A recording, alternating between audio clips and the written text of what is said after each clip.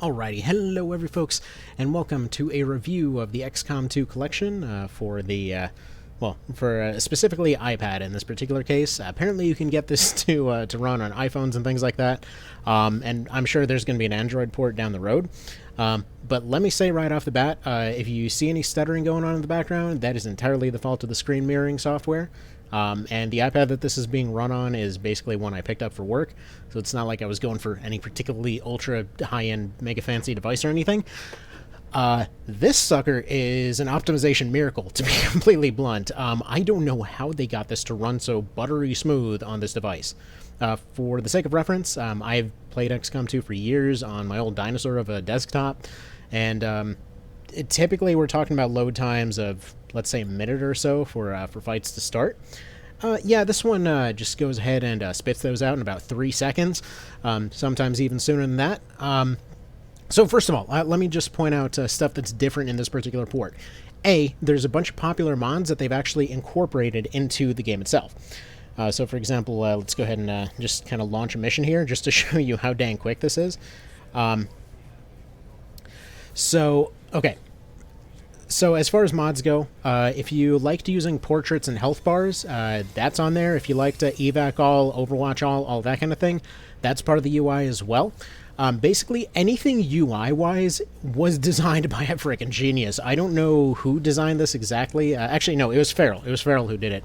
Apparently, they've done some good work. I'm not super familiar with a lot of the kind of like mobile game scene here. Truth be told, I used to hate on iOS games for quite a while. Look at that. This is XCOM 2 on an iPad that ends up loading it up that quick. And bear in mind, this is the full game, so you're literally getting the entire game for $25. For reference, on PC it was originally $60 for the game, then about $15 to $20 for each of the DLCs, plus $30 for the expansion pack, plus I think it's like another $15 for TLP these days. So TLP is the only thing that this one doesn't have. All the other stuff is here, which they've said from the start that TLP was always going to be PC exclusives. But yeah, as far as everything goes, like for example, you go to Overwatch, you have Overwatch all as a thing from the very start. As far as how smooth it runs, I have not seen anybody... Like, this is legit far less buggy than the PC version for whatever reason, at least in my experience. Additionally, I think the AI might be better. Like, for example, things like Sectoid's always trying to go for a panic or always trying to go for a Psy zombie. I have not seen that in this version. They do actually seem to make better choices.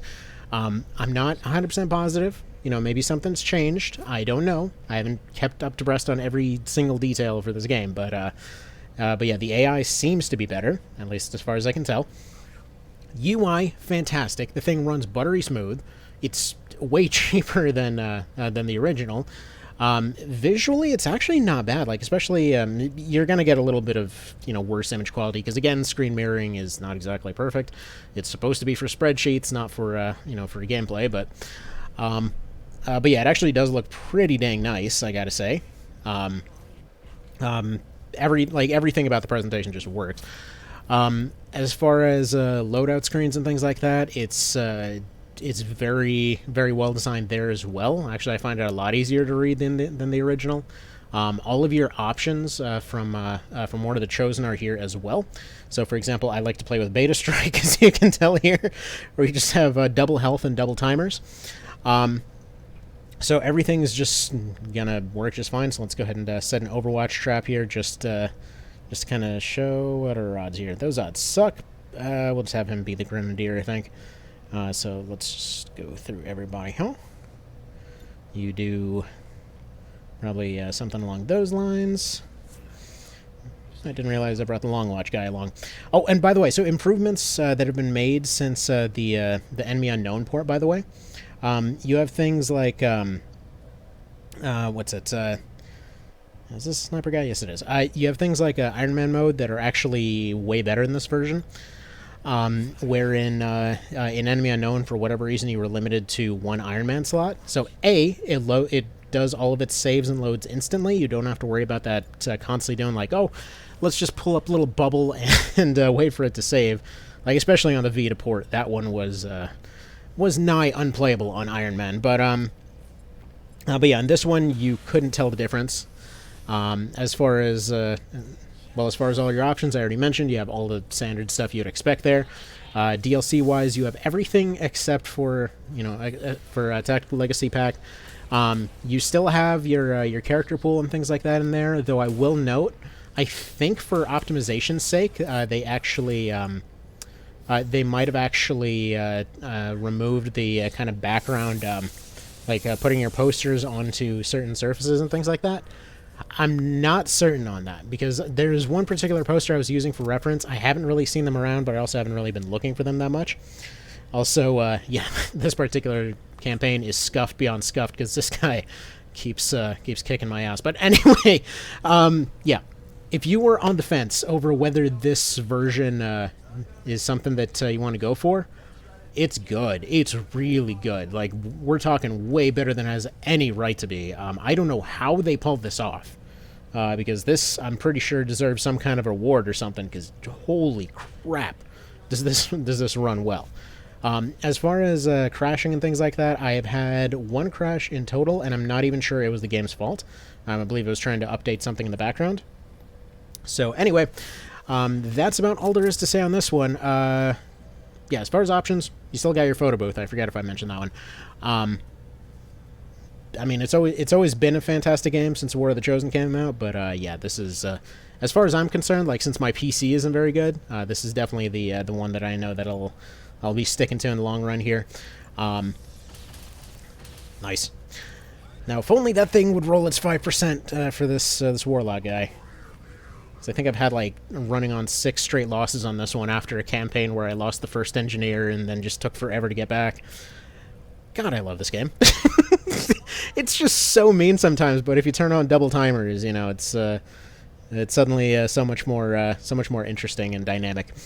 So yeah, how would I?